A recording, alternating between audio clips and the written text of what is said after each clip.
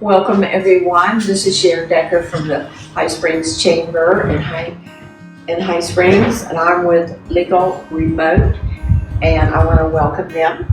Hi, my name is Minerva Santiago. Thank you for having me. You're welcome. We're so thrilled to have you here. We're excited about this. Tell me a little bit about the law practice.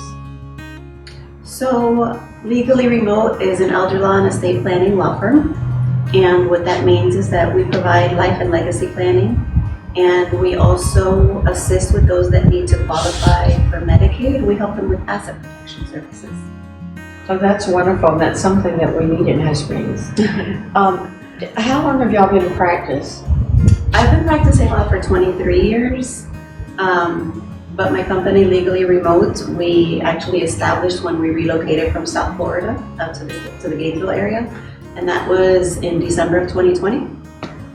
So we relocated during COVID, and that's why the name of the practice is Legally Remote, because at that time I could really only see my clients virtually, and it also still allows me to serve my clients in South Florida. So it's been helpful. So are you going to continue on with from South Florida, your clients? I just will. I will. I serve clients throughout the state of Florida, and actually this afternoon I'm headed to South Florida to see some of my clients that I still have down there. Oh, that's wonderful. Well, when you talk about ducks in a row, what does that mean exactly? So getting your ducks in a row to me means planning for the unexpected. I think most people would agree that having a plan in place is something important, but yet only 33% of Americans have an estate plan in place. And if you're talking about families that have minor children, it's even less than that. So it's important that families realize that when we do the planning, we're not doing it for ourselves, we're really doing it for the ones we love. Right. And they're difficult conversations to have. A lot of people don't like to address the topic of planning for your life, which part of it is talking about death and incapacity. But unfortunately, ignoring it isn't going to make it go away, and there's more of a chance that your family will face a tragedy if you don't do any planning. That's correct. Well, what about, since you're kind of new to High Springs, how are you going to reach your clients like that in such a small town? Yeah, so we just moved to High Springs this month. We're happy to be here. We're actually still finishing up construction. We just finished, but we can meet with clients at our office already. And as far as reaching clients, what we really try to do is offer complimentary educational events at different venues.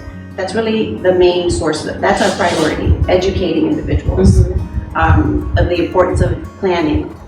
There's many misconceptions about planning. A lot of people feel that you may need to have a lot of money to do planning, and part of our education is teaching individuals why it's not about how much money you have. It's really, there's so many reasons why you need to plan, and that's kind of the things we cover during our regular educational events. And we also hope to reach our clients through social media, advertising, just in the community, word of mouth, that sort of thing. Well, can people call you up on the phone if they have questions and they have not came in? Do you have them like that, or do they have to come in and fill out paperwork and get started? No, so typically we only see clients in the office by appointment. But if somebody needed some basic information, they could call the office and schedule a 15-minute call, and someone from our office would help them with very basic information. If they have questions to see if we're even the right fit for them, they can schedule a 15-minute consultation either by calling the office or by going to our website, which is legallyremote.com. And do you have monthly meetings or quarterly meetings so that people come in and find out about it? We try to host at least one educational meeting per month, or event per month. And we do them in different venues.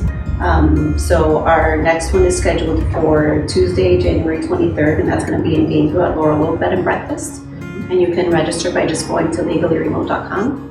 But we're always looking to partner with other organizations that feel that the information that we have is valuable for their members. Then we'd be happy to partner with different organizations to host an event with them. Well, we would like to do that probably with the chambers because we have monthly meetings and we're always looking for speakers and everything. But this is something really good because some of the people with transportation and things like that, and to have something local will really be an asset to them. Okay. And so that's something that, we would look into. And Sounds we can good. always meet at the Civic Center. Okay. The Bed and Breakfast Grady House. Okay. They have meeting rooms there. Well, I'd be happy So, to do but that. that sounds really good. So is there anything else? Your location? My location, we are located across the street from Plantation Oaks, which is again, the assisted living facility that most people are familiar with. So directly across the street from there in the shopping center. Well, have you thought about talking to them too and so they can make an appointment? Yeah, eventually I will go in and introduce myself. I was trying to get my office settled and ready, open for to be able to serve individuals before I do that. I think that'll be great, especially when they come in, because we work with them. Yeah. And especially with people coming in to register to live there, because they have assisted living, the people can live there. And then if they have your information, they can get in contact with you guys. So I think that's really going to be a blessing for High Springs because we don't have anything in High Springs like that. They have to go to Gainesville. But they also call the Chamber's office for things like that, and I do not have the answers. Okay. So that sounds good. That's great. Yeah. So we can get your phone number and information and put you on our list. Good. Thank you. I appreciate that. But as part of this event today, we were going to talk about, as far as getting your ducks in a row, what that might look like for some people and why it's appropriate to consider that now. And, we're coming into a new year, and in the new year, most people try to set goals, meet goals throughout the year, and one of them should be to get their ducks in a row with regards to their planning. And when we look at that, the way that I address it is in 3 different areas. So first, I recommend clients or individuals to plan for life. And what I mean by that is planning for things that are unexpected in life. For instance, if something were to happen to you, do you have somebody appointed to make healthcare decisions for you? Do you have a power of attorney in place? Getting those foundational documents are really important. And if you have children, think about, do you have documents in place for them? So if your children are minors, do you have a designation of healthcare surrogate that would allow somebody to make decisions for them if something happened to you while you were away on vacation? Or have you appointed a guardian, permanent and temporary? If something catastrophic happened to you, say you got into an accident and you didn't come back, to your children, having a temporary guardian named is important to avoid Child Protective Services from getting involved. And also, if you have children who are now over the age of 18, many parents don't realize that once your children are 18, you no longer have the ability to go into the doctor's office or just request medical records. So you need to have documentation in place for that, and that's very important in this area, especially because we live, the college community. Exactly. So that's important to have. And if you have special needs children, it's important to think about whether you've done planning for them.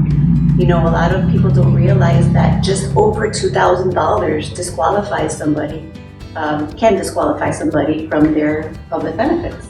So you don't have to have a lot of money, just over $2,000 can disqualify somebody. So those are some of the things that we look at. I also talk to individuals about their care for long term. If they developed a chronic illness or something, how are they going to pay for their care if needed?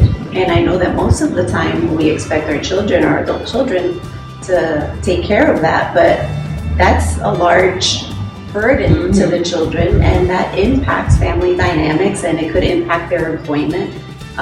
So even though your children, of course, would most likely help, you should consider how you can supplement that. So we look at long-term care. What is your plan for that? And lastly, talking about death. As you plan for life, death is part of life. And, you don't have to necessarily go out and buy a funeral plan, but at least document what it is that you want to happen upon your death with regards to funeral arrangements. Do you want a burial? Do you want to be cremated? Because from my experience, what I see happen is families, children, bicker about all of these things. Exactly. When they're not documented or spoken of. Okay. So getting all of that done is what we look at when we talk about planning for life. And then the second part would be planning for your legacy. So planning your legacy would be, obviously everybody should have a will. Right. It's important, but the misconception is that many people think if you have a will, you're not going to go through probate, and that's not necessarily true. Oh, that's good to know. Yeah, that's very important. And so you may want to consider a trust. A trust can help you depending on what your family's objectives are. I have many clients who perhaps don't want their children to receive their inheritance at a young age because they want them to understand the value of getting an education and working. And so that makes sense. We can, in the trust, we can state that they'll get their inheritance at a later age. Some families want it dispersed in different, at different stages of their life. Or some spouses, like how you're going to leave when you die, how things will be transferred to your spouse. Do you want to protect it from a future spouse for your children? Those are the kind of things we take into consideration when we talk about planning for your legacy. And for those individuals that perhaps know that they're going to need long-term care, but perhaps couldn't get long-term care insurance in the past, we talk about how are we going to protect your assets so that you can leave your family inheritance and still qualify for Medicaid benefits. Oh, that's good. Yeah. And I think the last thing that we recommend is having a meeting with your family about it, talking about these things openly. Because what I have found is that the families who communicate about their planning together, the grieving process for the survivors is so much healthier. If that doesn't happen, you just see the constant fighting, disagreements between family members, and it just doesn't allow anyone to grieve properly. And that's really what we try to avoid. And for families who kind of feel uncomfortable having that conversation, we facilitate them for families if they want us to. We can either do it in our office. Sometimes family members have people living in all parts of the country, and we'll facilitate. Some are in our office, some are on Zoom. But as long as we get everybody on the same page, this is the plan, and it's helpful. And I understand that it may not be feasible for all families, but if it is, I highly recommend it. Oh, that sounds wonderful, and a lot of knowledge there too, because some of the stuff I didn't even think about. No. And we have land.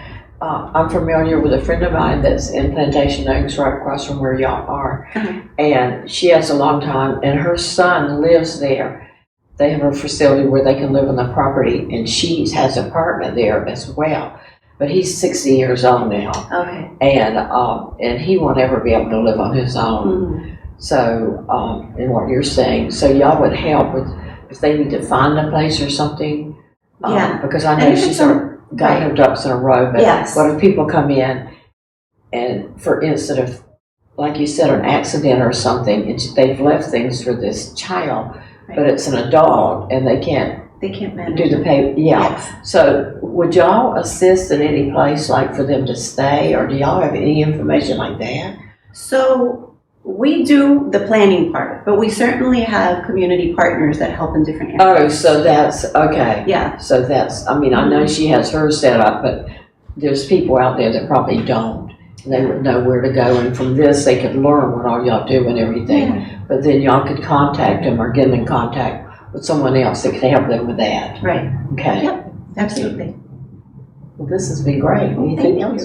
That's it. Thank you so much for having me, Sharon, and it's wonderful to see you again. Well, thank you. I'm thrilled that you're here. I'm so glad you are in town, because I think this is something we really need, because we do get a lot of phone calls about Medicare and living on just that, and how they have no money to plan anything else. And so at least to come and talk to you. So this is going to be perfect, great for our community. So we just are glad you are here, and welcome. Well, thank you so much. Thank you.